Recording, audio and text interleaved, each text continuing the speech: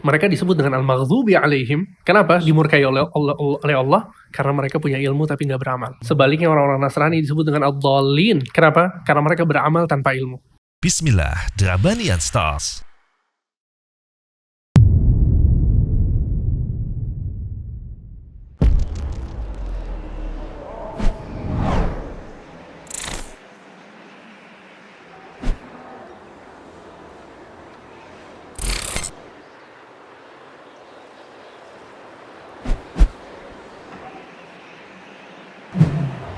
Samase, it's different.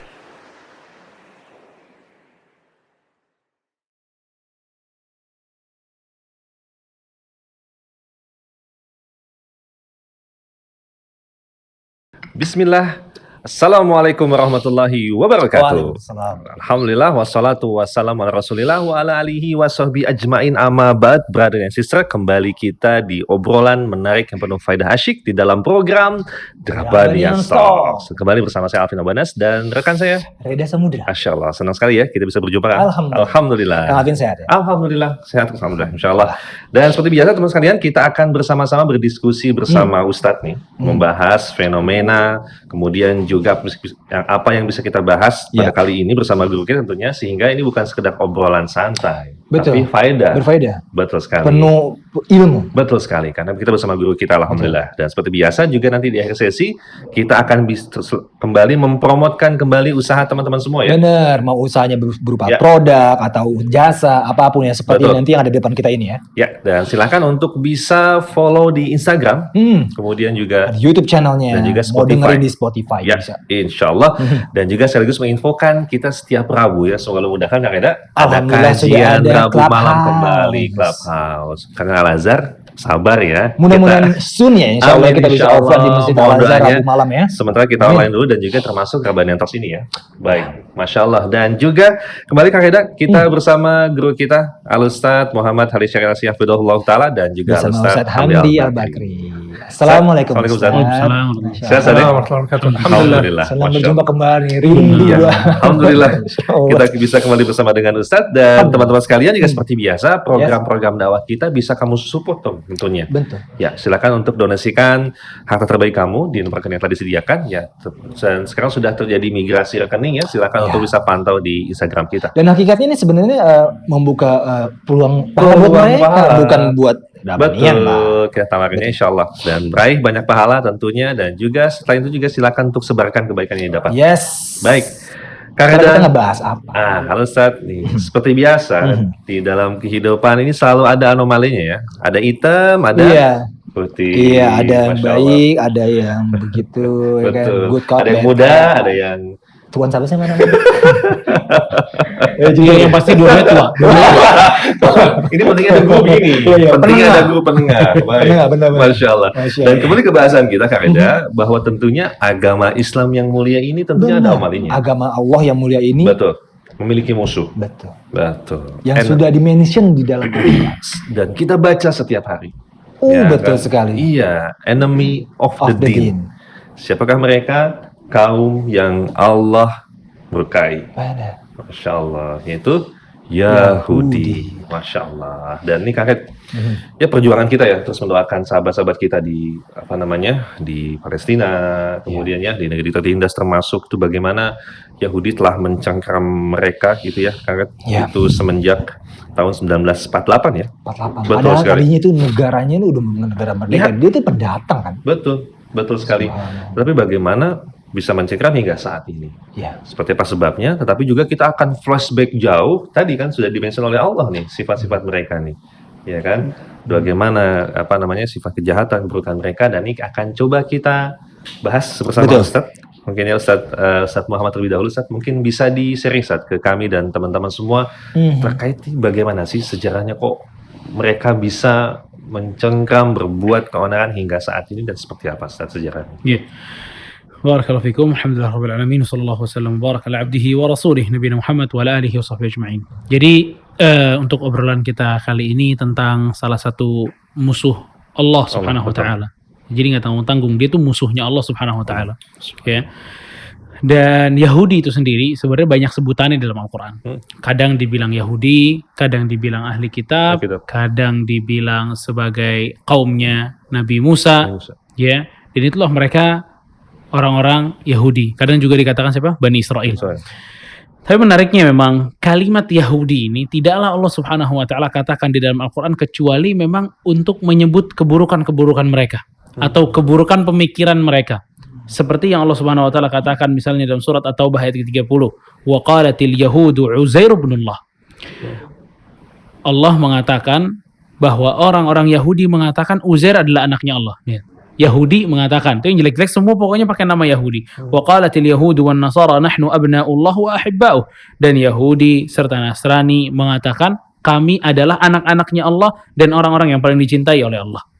Ya, dan banyak ayat-ayat yang menandakan bahwa kalimat Yahudi itu selalu dipakai konotasi-konotasi buruk di dalam Al-Quran oleh Allah Subhanahu wa taala.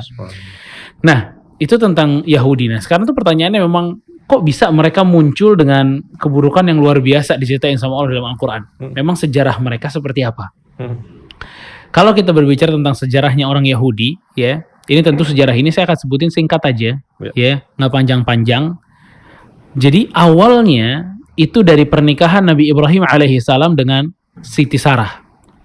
Ya, berdua menikah, kemudian dikaruniai anak namanya Ishak. Ya, dan Ishak punya saudara namanya Nabi Ismail alaihissalam. Nah, Nabi Ishak ini mempunyai anak namanya Nabi Yakub. Nabi Yakub inilah yang memiliki 12 anak. Salah satu anaknya namanya Nabi Yusuf alaihissalam. Muncullah sejarah Yahudi dari Nabi Yakub alaihissalam yang juga disebut sebagai Israel. Jadi Israel ini adalah nama lain dari Nabi Yakub alaihissalam yang artinya Abdullah, hamba Allah. Ya. Nah, Nabi Yakub alaihissalam itu memiliki 12 anak. 12 anak ini yang disebut dengan Bani Israel. Anak-anaknya Israel. Anak-anaknya Nabi Yakub alaihissalam. Dan 12 anak ini berasal dari ibu yang berbeda-beda. Dikatakan dalam beberapa kitab-kitab sejarah, dari yang dimiliki oleh Nabi Yakub alaihissalam ada anak yang bernama Ruben. Namanya yang tunggu ya, Ruben, Simon, Lawi, Yahuda, ini yang bakal jadi fokusnya nanti, Isakhar, Zebulon. Lalu dengan ibu yang lain, namanya aneh-aneh. Nama-namanya, terus Nabi Yusuf, ya, Yusuf, ada Benyamin, ya, lalu ada yang namanya Gad, ada yang namanya Asher, ada yang namanya Dan, serta nama yang terakhir Naftali. Ya, ini nama-nama biasanya orang-orang ahli kitab nama-namanya mungkin begini. Ya, dan ini nama-nama anak-anak Nabi Yakub alaihissalam. Singkat cerita, 12 anak ini kan kita tahu dalam cerita Nabi Yusuf alaihissalam bahwa 10 dari anak Nabi Yakub alaihissalam, ya, 10 dari anak Nabi Yakub alaihissalam itu tidak suka kepada Yusuf dan Benyamin. Ya, 10 dari anak Nabi Yakub ini nggak suka dengan Yusuf dan Benyamin. Sampai akhirnya Allah Subhanahu wa taala menjadikan Nabi Yusuf itu tinggal di Mesir, keluar dari Palestina. Asalnya Palestina. Nabi Yakubnya tuh di Palestina adanya. Ya. Nah, setelah Nabi Yusuf alaihissalam dibuang oleh mereka, akhirnya Nabi Yusuf itu, ya kita tahu lah, itu memanjang ceritanya tentang Nabi Yusuf. Intinya sampai menjadi menteri di negara Mesir. Dia jadi menteri. Menteri apa ya itu jatuhnya? Ya kayak keuangan, BUMN gitu-gitulah. Menteri-menteri yang masalah pangan dan makanan segala macam. Sampai pada saat Nabi Yusuf alaihissalam menjadi menteri, saudara-saudara Nabi Yusuf plus ayah dan ibunya Nabi Yusuf alaihissalam itu pergi ke Mesir dan tinggal di Mesir. Dia tinggalin tuh kehidupan dalam tanda kutip desanya di Palestina ke kota Mesir. Ya, hidup di sana. Mulai dari situ, mulailah 12 anak Nabi Yakub ini memiliki keturunan terus dan mereka aman sentosa di Mesir. Masya Allah. Berubah keadaannya kapan? Pada saat Nabi Yusuf meninggal. Suku asli Mesir itu bukan Bani Israel. Suku asli Mesir sukunya Fir'aun, Kipti, betul. Ya, jadi waktu itu Raja Kipti kan benar-benar takjub dengan Nabi Yusuf. Akhirnya Nabi Yusuf jadi menteri. Betul. Sebagai bentuk kebaikan dia dengan Nabi Yusuf, keluarganya Nabi Yusuf juga dimuliakan oleh raja. Tapi begitu Nabi Yusufnya meninggal, maka keluarganya tidak lagi dimuliakan sebagaimana dahulu dimuliakan. sama Kipti diazab lah bahasanya, ya. Ditindas abis. Makanya Allah Subhanahu wa taala tuh sampai bilang di Al-Qur'an, wa yudzabbihuna abna'ahum wa yastahyuna nisa'ahum. Mereka ini orang-orang Kipti dengan orang Yahudi, kalau orang Yahudi lahir anak laki-laki, mereka bunuh. Tapi anak perempuan dibiarkan hidup. Keadaan ini berlanjut sampai di zaman Nabi Musa alaihissalam. Ya kan? Nabi Musa kan awalnya pengen dibunuh gara-gara waktunya memang dibunuh. Dan waktu Nabi Musa, suku Kiptinya udah dipimpin oleh Firaun. Ya. Akhirnya Nabi Musa alaihissalam hidup. Bahkan dia hidup di kerajaannya Firaun. Ya. Nabi Musa alaihissalam hidup di kerajaan Firaun sampai akhirnya Nabi Musa alaihissalam mampu menolong Bani Israel. Karena di zaman itu Bani Israel itu udah terkenal bahwa ada suku namanya Bani Israel dan semuanya berasal dari anaknya Yakub alaihissalam. Makanya suku Yahudi itu akan terus kembali kepada 12 orang anaknya Yakub alaihissalam. 12 suku itu. 12 suku aja dia memang. Ya, dan itu sukunya semuanya anaknya Nabi Yakub alaihissalam. Akhirnya Nabi Musa alaihissalam mampu membawa Bani Israel selamat dari kejaran Firaun dan bala tentaranya. Itu kan nyebrang dari Mesir, itu nyebrangnya itu mulai daerah-daerah mendekati Quds atau Palestina. Ya. Katanya nama daerahnya Ariha atau Jericho. Ya, Jericho itu hari ini juga ada di daerah Palestina. Ya. Alhasil dibawa oleh Nabi Musa alaihissalam, dan kalau mau tahu bagaimana sifat bobroknya Yahudi ya dicerita Nabi Musa alaihissalam. Nabi Musa itu mukjizat paling banyak Allah kasih ke Nabi Musa. Cerita paling banyak di Al-Quran ceritanya Nabi Musa. Semuanya ngomongin si Yahudi ini. Gitu loh. Berantakannya Yahudi. Saking kurang ajar. Nanti baca cerita-cerita Nabi Musa sama Yahudi gregetan sendiri gitu loh. Kenapa bisa orang kayak begini gitu loh. Ya. Bahkan dari saking parahnya Yahudi ya, kita baru buka Quran aja surat Al-Fatihah udah disuruh jauh-jauh sama Yahudi. Ghairil maghdubi alaihim. Juga surat Al-Baqarah isinya tentang apa? Pasti Bani Israel. Ya Bani Israel dzkuru ni'matallah. Bani Israel ingat nikmat Allah. Terus begitu Allah. Dalam surat Al-Baqarah baru awal-awal Quran ini menandakan bahwa kaum yang ini sangat berbahaya untuk orang muslim. Dalam arti jangan sampai Anda mengikuti jejak-jejak mereka. Ya. Singkat cerita, ya, Nabi Musa alaihi salam itu pengen banget masukin orang-orang Bani Israel yang rese ini ya masuk ke Palestina. Tapi di Palestina tuh ada orang-orang yang badannya besar-besar. Takut nih Bani Israel. Disuruh Nabi Musa perang, dia nggak mau perang. Katanya Musa, kamu aja. Idhab anta wa rabbuka faqatila inna hahuna qa'idun. Kamu aja Musa sama Tuhanmu yang berperang. Kita duduk di sini nungguin. Ajib gak? Ini ngomong gini kapan? Habis lihat laut dibelah. Habis lihat laut dibelah masih kayak gitu. Udah dimudahkan, ditolong. Udah lihat macam-macam mukjizat. Yahudi lihat macam-macam Bani Israel ini. Al-Muhim akhirnya nggak masuk sama Nabi Musa alaihi salam sampai Allah Subhanahu wa taala bikin Bani Israel yang kala itu sama Musa nyasar 40 tahun. Nyasar 40 tahun. Kalau pagi mulai di sini, dia nyari jalan keluar, sore balik lagi ke situ. Dibuat sama Allah kayak gitu, sengaja 40 tahun agar generasinya berganti. Subhanallah, diputus. Generasi yang membangkang dengan Nabi Musa terputus. Selesai ini diganti, Bani Israelnya beda lagi. Dan dipimpin bukan lagi dengan Nabi Musa. Nabi Musanya udah meninggal, diganti oleh Yusha' bin Nun. Yusha' bin Nun ini yang akhirnya bisa masuk ke Masjidil Aqsa atau daerah Palestina. Al-Quds ini. Masuk bersama Bani Israel tadi. Masuk di situ. Dan dia ada 12 suku ya. Begitu masuk, Yusha' bin Nun jadi yang menguasai Aqsa atau Baitul Maqdis. Begitu dikuasai Baitul Maqdis, Yusha' bin Nun ini punya kebijakan. Kebijakannya adalah membagi Baitul Maqdis menjadi 12 wilayah. Setiap wilayah dipimpin satu hakim. Nah itu kayak dibagi-bagi aja suku-suku nih 12. Kenapa? Karena berantem melulu. Subhanallah. Berjalan keadaan ini, ya. Berjalan keadaan ini sampai kepada Nabi Samuel. Jadi tuh Allah terus-terusan aja ngirim nabi lagi, ngutus nabi lagi. Di zaman Samuel, bayangin ya, ini Yahudi Bani Israel dikasih lagi sama Allah nabi. Di masa Samuel, Bani Israel bilang, wahai nabi lah bahasa kita, bilangin ke Allah, bosan yang turun nabi melulu. Subhanallah. Sekali-kali yang turun raja. Jangan begini nih keadaan. Satu raja turun ke kita. Ajib ya. Pegel ya. Baru segini itu. Subhanallah. Akhirnya Nabi Samuel ini minta kepada Allah untuk diturunkan satu raja untuk mereka. Itulah yang disebutkan oleh Allah SWT dalam surat Al-Baqarah. Innallaha qad ba'atha lakum Taluta malika. Akhirnya Talut sebagai raja untuk mereka. Berlanjut nih tradisi Allah nurunin raja buat mereka plus dengan nabi. Baik. Sekaligus nabi. Ini yang 12 wilayah hilang. Jadi ganti. Jadi kerajaan mereka. Dipimpin oleh Talut awalnya. Terus begitu. Nabi turun. Sampai akhirnya ada nabi yang sekaligus raja. Nabi Dawud alaihissalam. Dia nabi sekaligus raja. Dan terus berjalan. Sampai di zaman anaknya itu Nabi Sulaiman alaihissalam. Nabi Sulaiman dua-duanya. Raja iya, nabi iya. Dan ini masa keemasannya Bani Israel. Mereka punya banyak harta. Mereka bisa menguasai ini dan itu. Dan salah satu prasasti yang benar-benar mereka jaga adalah kerajaannya Nabi Sulaiman. Biasanya orang kenalnya dengan Haikal Sulaiman. Ya, kerajaannya Nabi Sulaiman alaihissalam.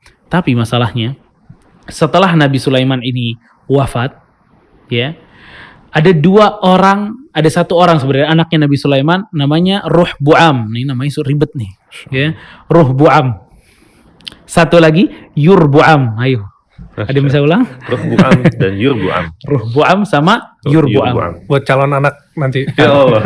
Susah saat kita cadel saat. Abu Ruhbu'am. Fabarakallahu fikum. Akhirnya dua ini. Ruhbu'am ini mestinya jadi raja menggantikan ayahnya Nabi Sulaiman. Tapi pada saat Ruhbu'am ini pengen naik jadi raja, ada beberapa suku yang mensyaratkan kepada Ruhbu'am ini untuk mengganti syarat atau mengganti peraturan. Apa-apa yang telah diwajibkan Nabi Sulaiman kepada kami, rubah, hapus semua. Ya. Hapus semua. Ruhbu'am ini anak Nabi Sulaiman nggak mau. Enggak, kita mesti tetap ikutin ajaran yang itu. Akhirnya Ruhbu'am ini bikin kerajaan sendiri. Dia bikin kerajaan sendiri, sedangkan yang lain ini, suku-suku yang lain ini yang dipimpin oleh Yurbu'am bin Nubath, dia ini bikin kerajaan lagi. Dari situ kerajaannya dua. Dipimpin oleh Ruhbu'am, satu lagi Yurbu'am. Ruhbu'am ini, ya, suku yang ada di Yurbu'am atau Ruhbu'am ini dua suku. Sukunya Yahuda sama sukunya Benyamin. Ini yang satu. Yang satu lagi yang Yurbu'am ini 10 suku yang tadi. Kan 12 anaknya Nabi Yakub, 12 sukunya Yahudi. 10 tuh masuknya di Yurbu'am. Nah, akhirnya bikin kerajaan. Ruhbu'am punya kerajaan, Yurbu'am juga punya kerajaan. Yang Ruhbu'am ini kerajaannya disebut sebagai kerajaan Yahudi karena ada Yahuda. Baru jadi kerajaan Yahudi, dan disitulah mereka awal pencetusan nama mereka sebagai Yahudi. Yang satu lagi namanya kerajaan Israel. Dua ini, ya. Jadi satu Baitul Maqdis, ada dua kerajaan. Ini sebenarnya bikin mereka lemah, bukan bikin mereka kuat. Ya. Akhirnya mulai dari situ, banyak tuh Romawi masuk, mengusir mereka, membuat perang dan lain sebagainya, sampai akhirnya di titik di mana mereka Bani Israel ini atau Yahudi ini akhirnya mereka porak-poranda, hancur dengan Romawi, hancur juga dengan Persia. Disitulah Haikal yang bangunan Nabi Sulaiman itu dihancurkan oleh Romawi, hancur sehancur-hancurnya. Tapi disisain sama Romawi satu hal, tembok. Kalian boleh datang ke sini setahun sekali, dan itu yang kita kenal hari ini sebagai tembok ratapan. Ya. Nah, mulai dari situ kitab Taurat mereka pun hilang. Ya, kitab Taurat mereka hilang sampai akhirnya bangsa tersebut menjadi bangsa yang dikatakan bangsa Yahudi dengan segala macam ibadah-ibadah yang mereka bikin baru, dengan perkataan-perkataan kepada Allah yang mereka buat-buat dan seterusnya sampai hari ini. Ya, jadi itu sejarah secara singkat bagaimana Yahudi ini muncul di ceritanya umat manusia bahkan. Masya Allah. Dan mereka ini orang-orang yang berilmu dalam tanda kutip ya. Mereka tahu tentang agama kita, secara spesifik tahu tentang Nabi Muhammad SAW. Bahkan dalam sebuah ayat Allah Subhanahu Wa Taala berfirman, "Ya'rifunahu kama ya'rifuna abna'ahum." Mereka mengetahui tentang Nabi Muhammad sebagaimana mereka mengetahui tentang anak-anak mereka. Kita seorang anak itu yang paling mengenalnya adalah orang tuanya. Tanda lahirnya di mana dia tahu, kemudian ciri-cirinya seperti apa, tutur katanya, akhlaknya, budi pekertinya. Segala sesuatu yang tentang Nabi Muhammad SAW diketahui oleh orang-orang Yahudi. Kecuali satu, apa? Nasab Nabi Muhammad SAW. Sallallahu alaihi wasallam. Mereka nggak tahu bahwa Nabi Muhammad adalah orang Arab. Sehingga, sebagaimana yang Ustaz Muhammad tadi sebutkan, saking banyaknya Nabi yang diutus oleh Allah Subhanahu wa Ta'ala dari kalangan Yahudi, dari kalangan Bani Israel, mereka menyangka bahwa Nabi terakhir adalah dari golongan mereka. Oh, iya benar. Mereka tahu sampai tempat di mana Nabi SAW akan tinggal. Sehingga mereka dari jauh-jauh sebelum Nabi SAW diutus, mereka sudah tinggal di Madinah. Menunggu. Tinggal di Madinah, mereka meyakini bahwa nanti Nabi dari kaum kita nih Ya. bakal di sini tinggalnya. Ya, jadi kita persiapan untuk menyambut beliau, gitu kan. Sampai orang-orang Yahudi di Madinah nih sering cekcok gitu ya sama bangsa Arab. Kalau lagi cekcok, apa kata mereka? Nanti lihat loh, Nabi kita datang, Kata Yahudi nih. kata Yahudi, kita usir kalian dari sini, dari Jazirah Arab. ya kan? Taunya. Ternyata begitu Nabi SAW datang, yang diusir siapa? Mereka. Yahudi yang diusir. Allahu Akbar. Ya, bahkan Allah Subhanahu wa Ta'ala mengatakan walamma ja'ahum kitabun min 'indillah musaddiqun lima ma'ahum wa kanu min qablu yastaftihuna 'alal ladzina kafaru. Falamma ja'ahum ma 'arafu kafaru bih fala'natullahi 'alal kafirin. Kata Allah Subhanahu wa Ta'ala, dan setelah datang kepada mereka Al-Qur'an dari Allah yang membenarkan apa yang ada pada mereka, maksudnya Taurat, ya. Padahal sebelumnya mereka selalu memohon kedatangan Nabi SAW untuk mengalahkan orang-orang kafir. Maksudnya orang-orang musyrikin Mekah. Selalu sok-sokan tadi tuh. Ya. Falamma ja'ahum ma'arafu kafaru bih. Ketika datang kepada mereka orang yang sudah mereka ketahui ini, ternyata mereka apa? Kafir terhadap orang ini. Maksudnya Muhammad SAW. Ya. Fala'natullahi 'alal kafirin. Maka laknat Allah bagi orang-orang kafir. Nah, istri Nabi Shallallahu Alaihi Wasallam yang bernama Safiyah, beliau adalah anak dari pemuka Yahudi yang ada di Madinah. Ketika menikah dengan Nabi Shallallahu Alaihi Wasallam, dan kisah menikahnya Safiyah luar biasa ya, bisa disimak. Anak nggak bakal ceritain di sini karena bakal panjang banget. Intinya adalah ketika menikah, kemudian Safiyah bercerita ya kepada Nabi Shallallahu Alaihi Wasallam tentang bagaimana respons dari keluarganya Safiyah terhadap Nabi Shallallahu Alaihi Wasallam. Ayahnya Safiyah dengan pamannya Safiyah ya adalah orang yang paling cinta kepada Safiyah di keluarganya, dan Safiyah ini anak yang paling dimanja sama ayah dan pamannya. Sehingga Safiyah mengatakan kalau aku datang bertemu dengan mereka berdua, ya pasti aku yang diambil, yang digendong, kemudian anak-anak yang lain tuh dibiarkan karena saking sayangnya sama Safiyah. Ternyata ketika datang Nabi Muhammad SAW berhijrah dari Makkah ke Madinah, ayah dan pamanku itu keluar untuk menyambut Nabi Muhammad sebelum terbitnya fajar. Udah siap-siap mau melihat. Ini bukan nabinya. Yang Yahudi mereka pikir. Taib akhirnya datang, selesai Nabi datang dan seterusnya. Kata Safiyah, mereka pun berdua pulang di sore hari dalam keadaan lemes, lesu. Safiyah berusaha nyambut mereka, didiemin Safiyah, dicuekin. Karena saking kelihatan dia ini sedih banget. Ya. Kenapa nih? Ada kekecewaan di diri mereka berdua. Maka pamannya Safiyah nanya ke ayahnya Safiyah. Kata pamannya Safiyah, ahua, apakah ini benar Nabi yang selama ini kita tunggu? Kata ayahnya Safiyah dengan mudah mengatakan apa? Naam. Dia bilang, naam wallahi. Betul, wallahi ini adalah orangnya. Mereka sebenarnya mengakui ya. Mereka tahu persis, mereka tahu ciri-ciri Nabi, orangnya seperti apa mereka tahu. Mereka nggak tahu cuma satu. Ini orang Arab, itu doang. Nggak terima hanya di situnya aja. Iya, mereka memang nggak dapat informasi tentang itu. Al-Muhim, maka pamannya Safiyah nanya dengan polosnya ya. Kata beliau, kalau begitu, apa yang harus kita lakukan? Apa yang engkau perintahkan? Maka ayahnya Safiyah, Huyai bin Akhtab mengatakan, adawatuhu wallahi ma baqit. Aku akan memusuhinya seumur hidupku. Subhanallah. Padahal, Itu konsep orang Yahudi langsung. padahal udah pasti. Dia udah yakin bahwa itu adalah Nabi. Huwa, na'am huwa, wallahi. Dia bilang, ini benar orangnya. Ya, hasadan min indi anfusihim, kata Allah Subhanahu wa Ta'ala. Ini karena rasa hasad yang ada di dalam hati mereka. Sehingga mereka orang pintar, punya ilmu.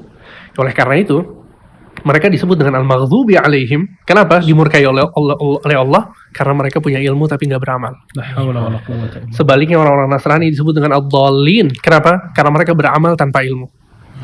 Oleh karena itu sebagian ulama salaf mengatakan barang siapa di umat ini yang punya ilmu tapi nggak beramal, fafihi syabahun bil yahud, maka dia memiliki kemiripan dengan orang Yahudi.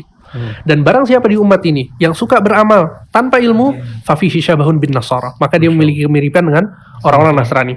Makanya setiap sholat kita membaca sebagaimana disebutkan tadi, siratal ladzina an'amta alaihim, ya, jalan orang-orang yang kau beri nikmat, para syuhada, para salihin, ghairil maghdubi alaihim waladdallin. Ya Allah, kami mohon bukan jalan Yahudi dan Nasrani.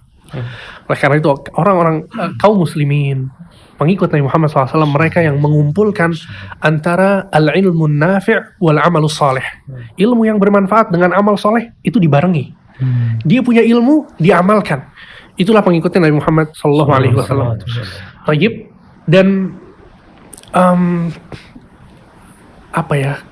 bandelnya Yahudi nggak berhenti sampai di sini. Terus kaum muslimin dirongrong. Berusaha untuk menebarkan syubhat, pemikiran-pemikiran sesat, itu dari mereka semua. Ujungnya. Nabi SAW pernah orang-orang Yahudi iseng. Ini Muhammad, coba kita tanya tentang ruh. Coba kita tanya tentang ruh. Ya, pasti bingung dia. Ditanya tentang ruh, Nabi SAW nggak bisa jawab. Nabi diem dulu. Sampai akhirnya turun ayat, kata Allah Subhanahu Wa Taala, wa yas'alunaka 'anir ruh. Mereka bertanya kepadamu tentang ruh. Qulir ruhu min amri rabbi wa ma utitu minal ilmi illa qalila.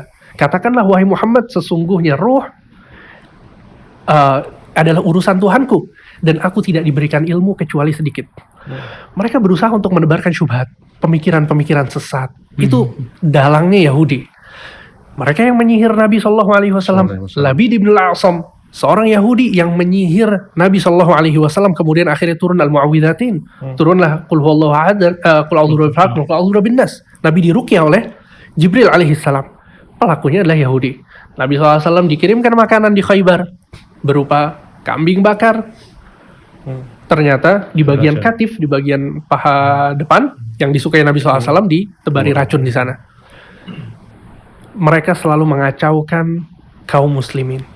Sampai kalau antum pernah dengar penyimpangan di asma wa sifat, di tauhid yang sangat penting, itu ya dalangnya mereka juga. Ya, firqah-firqah yang tersesat dalam masalah asma wa sifat, itu ujung-ujungnya masuk ke seseorang yang bernama Jaham bin Safwan. Jaham bin Safwan, dia beragama pakai akal. Dia mengatakan Allah Subhanahu Wa Taala itu nggak punya nama, nggak punya sifat. Dia menafikan asma wa sifat.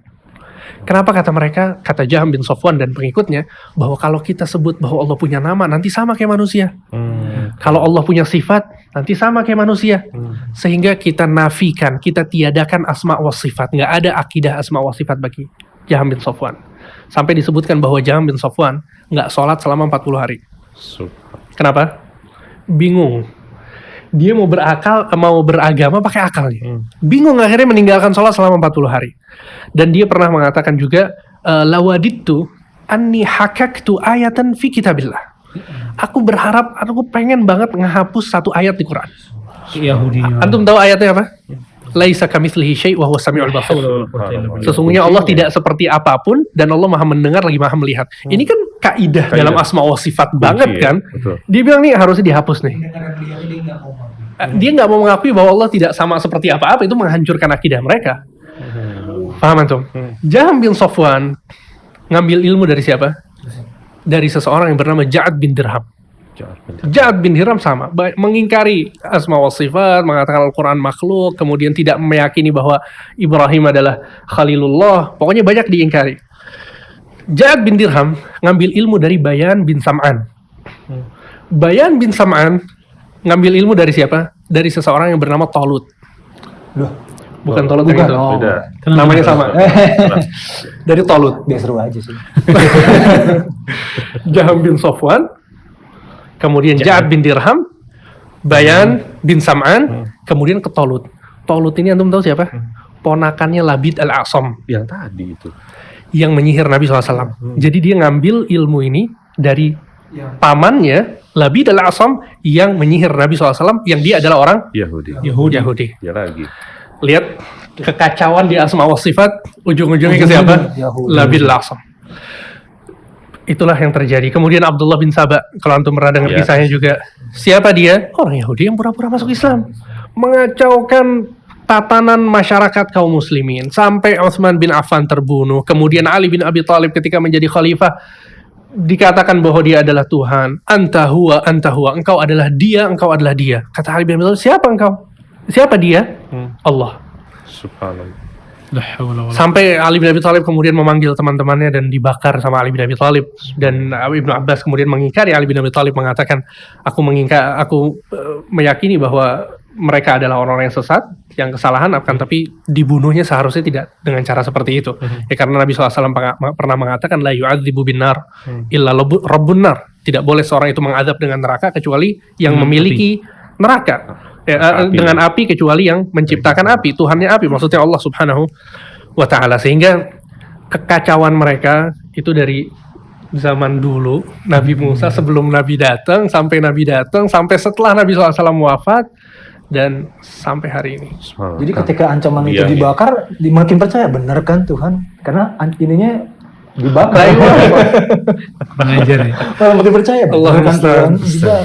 Kan biangnya itu ya.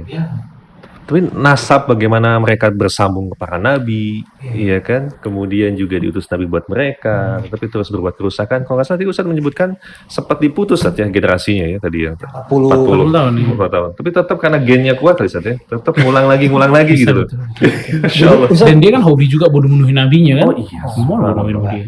jadi ketika tadi ini Bani Israel, makanya ada yang bilang, makanya jangan sebut mereka tuh Israel, sebut saja Yahudi. Ya, bener Ustaz? Iya sih, kalau untuk definisi laknat ya jangan Israel ya, karena Israel tadi kita bahas juga itu merupakan Nabi Yakub alaihi salam ya. Ya kita sebagaimana yang Allah Subhanahu wa taala pakai kalimat Yahudi ini untuk konotasi-konotasi yang buruk. Bahkan Nabi Shallallahu alaihi wasallam pun pada saat melaknat itu melaknat Yahudi.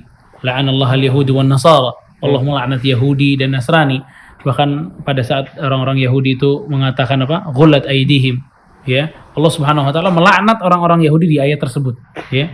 Jadi orang-orang yang dilaknat oleh Allah Subhanahu wa taala dengan kalimat Yahud, ya, wa qalatil yahudu yadullahi maghlulah ghullat aydihim wa lu'inu bima qalu.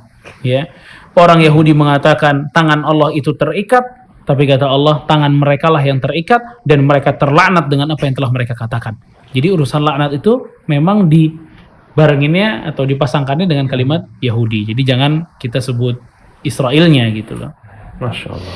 Tadi itu pentingnya ilmu sanad juga Ustaz ya. Jadi Masya tahu Allah. ini gurunya siapa sampai akhirnya ketahuan lah. Sambung banget. Di ujung Ini Dan itu dibahas. makanya itu sanatnya sanat apa itu?